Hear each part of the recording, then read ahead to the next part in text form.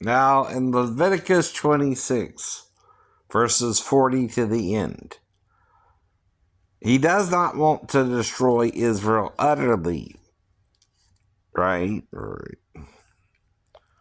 But if they turn and repent in time, right, he will forgive them, right, and not punish them, right, as I'm pointing out to you, right. But at the same time, we all gotta repent. Nobody's perfect, right? Yet we strive to enter into the straight gate, right? Because broad is the path that leads to destruction, right? Don't forget that, right? And he warned you, even if you know him, you may not know him, right? Christians, you're forgetting things. You're going back into the law, which condemns utterly, right? It don't even give you a second chance, right? But mercy knows we're all human. We all trying to find a girlfriend. Some a boyfriend, some a girlfriend, some both. Some neither, right? But again, we're not the judge. Each man is appointed a different amount of grace for different sins, too, right? I keep telling you that, right? Because we're all sinners. Because we're all sinners. There's none that sinneth not. No, not one. There's none that is good perfectly. No, not one. No, not one. No, not one. If you want to murder me over sex, which is the lesser of two evils anyway, the sex is lesser, the sex is lesser of two evils. I'm just trying to find a girlfriend, and someone volunteered, or two girls did in the last, I don't know, 4 years, but I'm not sure who they even were, or what happened with them, right?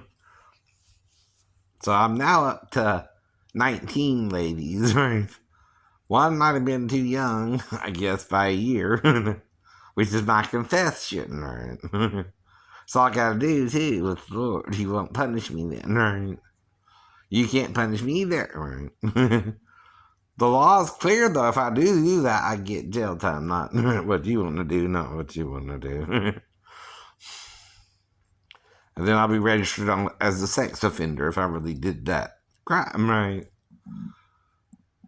Right. Why not? But, here it is almost 4 years later, 4 years after, and you're still knowing you did worse than I did. Right? And you can't prove I did something wrong, right? If you could, I'd be in jail by now, right? It's called reasonable doubt. That's all I got to prove, right? You, on the other hand, have to prove me guilty beyond all reasonable doubt, right? You can't do it. You can't do it. There's a difference. It's like OJ, you can't prove him guilty beyond all reasonable doubt, so let it go, let it go. So that's why he's all acting up sometimes. Anybody with that kind of pressure, eventually he's going to do something dumb. So again, you're a human, and all right. But see, who bought the gloves? He couldn't buy the gloves. They would recognize him, idiot. Did a friend of his buy them? We don't know. We don't know. That friend would have to come forward and admit they did. See, dummy. That eliminates that one. That eliminates that one. Know what I mean? Right. The only other thing that could have happened is someone else could have bought the gloves for him who they didn't recognize, right? But that person would know they bought the gloves for him and they could testify against him. See. Did he? I don't know. But that person who did, unless he died or something, there he is. That would be a different murder, and if OJ is tied to that, that would prove again, right? He bought a different set of gloves or something was going on, right? See, OJ's popular. He can't just do whatever he wants. Dumbass, right? Mm-hmm. I'm a white guy defending OJ. Okay, no, it's not. But again, it's the point.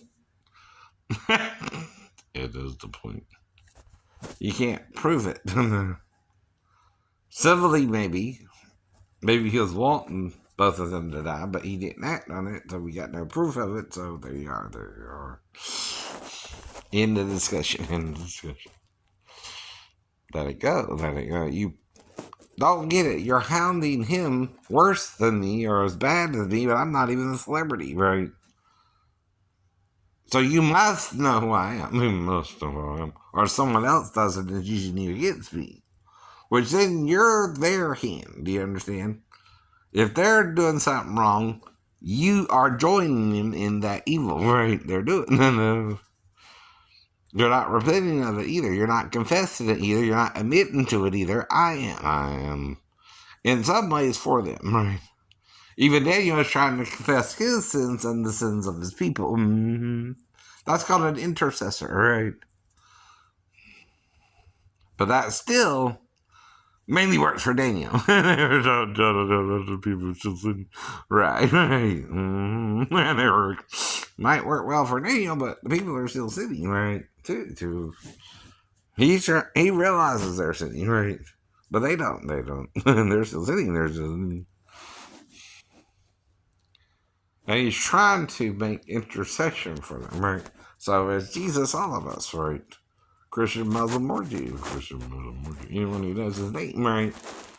But that's the point. Here's a question.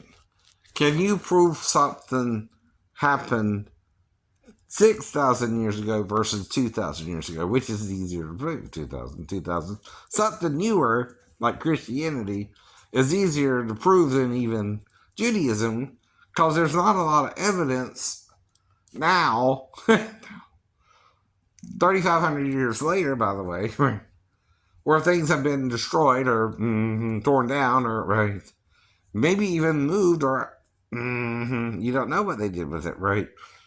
Now, they were in what's called Goshen, which is the southern portion of Egypt, right? Look there. If you're not finding something, or you're not looking in the right place, you're not going to find something either, right? There you go, too. Right. Where are you looking? Where are you looking?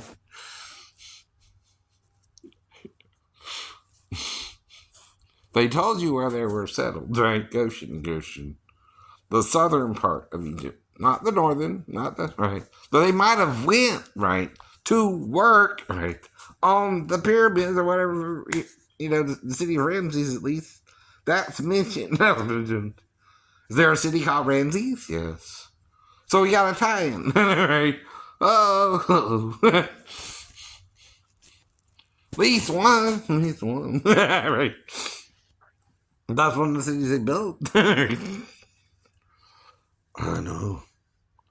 Is there a city called Ramses? Yes or no? Yes. Right. There you go. That's the one they built. Simple as that. Mm-hmm. I know. Quit arguing, too. You can't prove or disprove something if you don't even want to believe it in the first place. That's the problem, too, right? If you're already prejudiced against it, it ain't going to help. It ain't going to help.